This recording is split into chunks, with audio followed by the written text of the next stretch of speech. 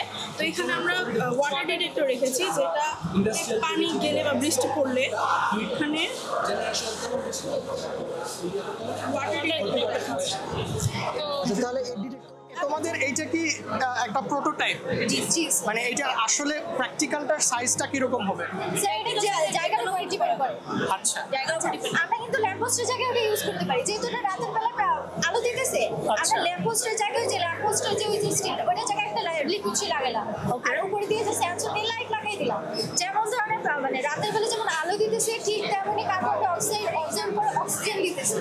আমাদের এই সার্কিটের আমাদের এই সিস্টেমের সুবিধা হচ্ছে এখানে বিদ্যুৎ খরচ একেবারেই নেই, এবং এখানে যে কোনো জায়গায় ব্যবহার করার যোগ্য, এবং এটা পরিবেশ বান্ধব, এবং এটা সম্পূর্ণ অটোমেটিক সিস্টেম হয়। মানুষের রক্ষণাবেক্ষণের কোনো প্রয়োজন হয় না। সময়সূচি আমরা 9টা থেকে 9:30টার মধ্যে ওপেনিং সেরিমনি শেষ করব। 9:30 থেকে 10টার মধ্যে প্রিপারেশন, আমাদের প্রজেক্ট শোকেসিংয়ের প্রিপারেশন শেষ করব। আমাদের প্রজেক্ট শোকেসিং, আমরা বিভিন্ন প্রজেক্ট তোমাদেরকে দেখানো হবে।